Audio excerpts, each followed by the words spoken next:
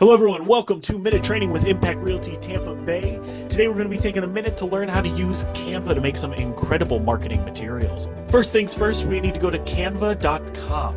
After you're there, decide what type of media you would like. After you've decided that, you need to determine your template. You can search for more specific templates up at the top. After you have your template, you want to edit the photos. Add, delete, or replace. Whatever you want to do, you can rearrange them as well. Once you have this, you can add further decoration, shapes, anything you need, resize them, move them around. You can even add animated ones as well down here. Just search more specific ones up at the top, add them in, resize them, make sure they look great.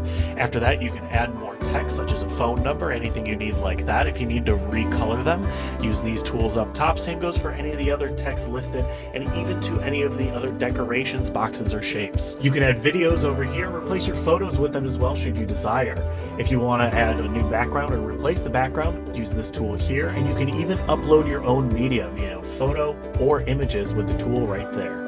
Now, once you have your final designed product, go over to the Publish button in the top right, choose your media type, be it photo or video, and click Download. Give it a few moments to render and download, and you are good to go.